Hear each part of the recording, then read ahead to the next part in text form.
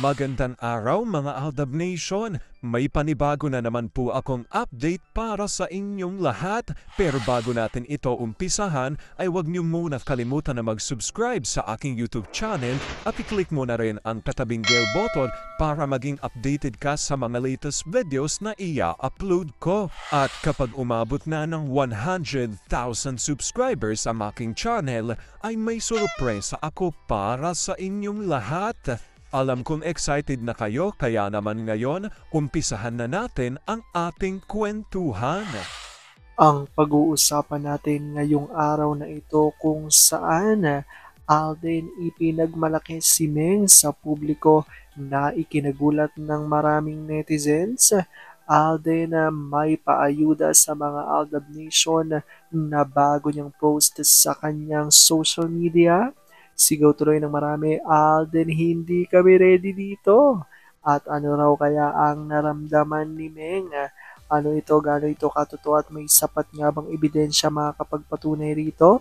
Well, yan ho ang ating aalamin at pag-uusapan ngayong araw na ito. Pero bago ho yan, ay bibitinin ko muna kayo ng kaunting-kaunti lamang kung saan magbasa muna tayo ng mga nakakatuwang post ni My name is Theo01 sa Twitter. Kaya naman wag na natin patagalin pa at sabi niya sa kanyang tweet, ando na mga makukuleta sa birthday ng pamangkin ng isa sa mga best man ni Daddy. Ba't wala namang nag-upload sa kakulitan nila? Dahil takot kayo kay A. Grabe naman si A. Sabihin ba naman na walang kukuha ng pic o vid sa mga anak habang masayang nakikipagkulitan, nakaalerto lagi at panay-bantay sa mga baby? Itong si A kapag kasamang mga anak sa isang occasion, bantay sarado niya talaga. Lahat ng focus niya ay nandun lang sa mga bata kahit may mga bantay naman ng mga to na sunod ng sunod. Minsan nagreklamo na si Baby Cute dahil naaasiwa siya na may bumubuntot sa kanya kaya pinaalis niya. Sabi ni A, huwag na lang magpahalata. Kuya, ba't ikaw sunod? Uwi, pinababantayan kayo ng dad nyo. Mag-cry na lang ako. Sige na, aalis na ako. Bye-bye. Sir, pinapaalis ako ni Baby Cute Ayaw niyang may sunod ng sunod. Pasensya na kuya, huwag ka na lang magpahalata at huwag masyadong dumikit sa kanya. Noted sir, bawal silang kuhanan ng pic o feeds. Opo, alam kong tuwan-tuwa kayo sa ating binasa pero may pag-uusapan na natin ang ating main topic. Oops, wait lang, saglit lang to. May ipapaalala lang ako. Para sa mga bago pa lang sa aking channel, huwag niyong kalimutan na mag-subscribe sa aking YouTube channel at i-click na rin ang notification bell para lagi kayong updated sa mga latest videos na i-upload ko at para maging parte na rin kayo ng aking Fanatics channel family. Well, alam pong super excited na kayo sa ating kwentuhan, kaya naman dumako na tayo sa ating main topic. Gaano nga ba katotoo na si Alden ay ipinagmalaki raw si Meng sa publiko na ikinagulat ng maraming netizens? Alden may paayuda sa mga Aldab Nations sa bago niyang posts sa social media. Alden, hindi kami ready dito, sigaw ng netizens. At ang tanong pa ng ilan, ano raw kaya ang nararamdaman dito ni Meng? Well, yan ang ating aalamin at pag-uusapan ngayong araw na ito. Alam kong super excited na kayong malaman yan kaya naman wag na natin patagalin pa. Unang-una na nga dyan ay galing sa tweet ni Vampire 2019 at ayon sa kanya, mapaiba ako. Hindi ba ang kwento itong GMA sila pa ang nag-i-encourage na magparitoke ang kanilang artista? Otherwise, wala silang project na makukuha. Hindi ba nila alam na ang sobrang pagpaparitoke ay hindi maganda sa katawan? Tignan yung isa starlet nila. Every month noon, iba ng hugis ng ilong. Bandang huli, mala MJ ang ilong niya. Ang breast instead na sa harapan nagpo-point, doon na pala sa taligiliran nakatungo. Bakit nung panahon ni Nora Bill, mas susunod at marami pang iba, bakit hindi naman ginagawa yung pagpaparitoke? Pero sumikat naman sila ng husto. Bad influence talaga itong showbiz mafia ng Pinas. Noon, kachika ko lagi si V.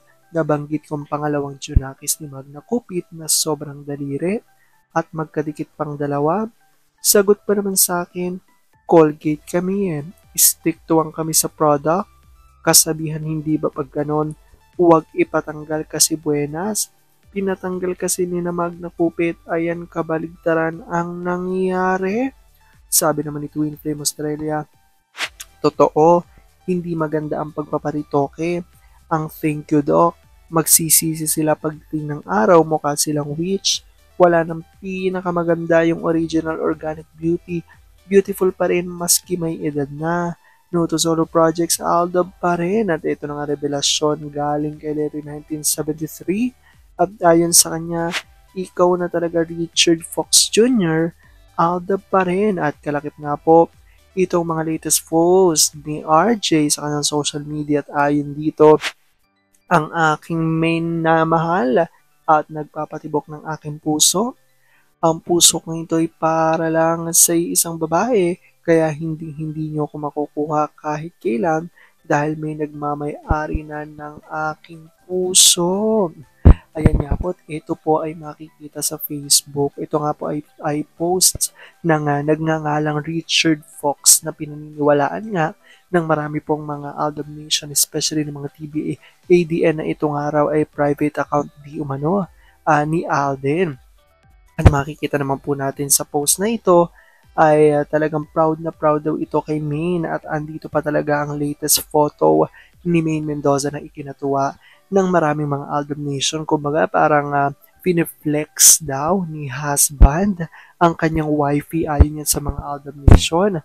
Kung i-check nyo po itong Richard Fox na account sa Facebook ay talagang karamihan ng mga posts nito ay mga picture ni Maine na talagang piniflex na dito si Maine sa account na ito.